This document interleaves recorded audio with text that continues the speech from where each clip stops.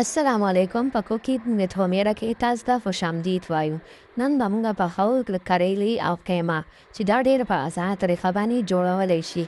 ټول نه پیله به موږ نیم کیلو کریلي والو او داسې به یې سپینې کړو. چې داسې به یې سپینې کړو څنګه چې تاسو ته اسانېږي دغسې سپینې کړو او بیا یې وړې وړې کټ کړو او بیا به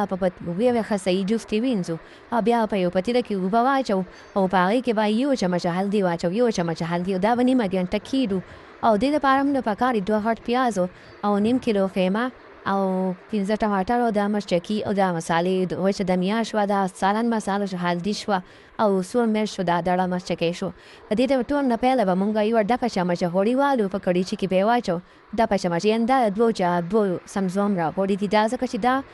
ټینګ وي ځکه او بیا پسې کې دا کریلې ور واچوو. کریلې به موږ د هلدي نه پاکې مینځو بیا په دې غوړو کې ور واچوو سرې به یې کړو پکې چې لږې سرې شي بیا پکې دا پیاز هم ور واچوو دا پیاز به موږ ګارنش کړو څنګه چې تاسو واړه واړه کټ کوئ هغسې به ګارنش کړو چې دا پیاز هم لږ سره شي داسې براون کلر کې شي نو د دې نه پس به پکې بیا موږ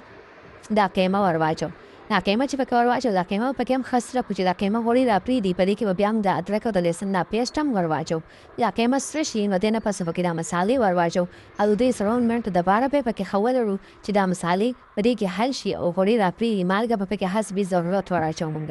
او دې نه پس به پکې د ټماټر موږ چې کم ګرینډ کړ دي هغه به پکې ور واچوو او بیا یې په رو دم باندې کیږدو او چې په رو دم باندې کیږدو خو ساعت په ساعت به ګور شي لاندې وننښلي کله چې دا ټماټر غوړي را پرېږدي نو زموږ مزیدار د کریلو ترکاري تیاره شوه. دا زموږ د کریلو مزیداره ترکاري د دې لپاره زموږ چینل لایک کړئ سبسکرایب کړئ او شیر یې کړئ.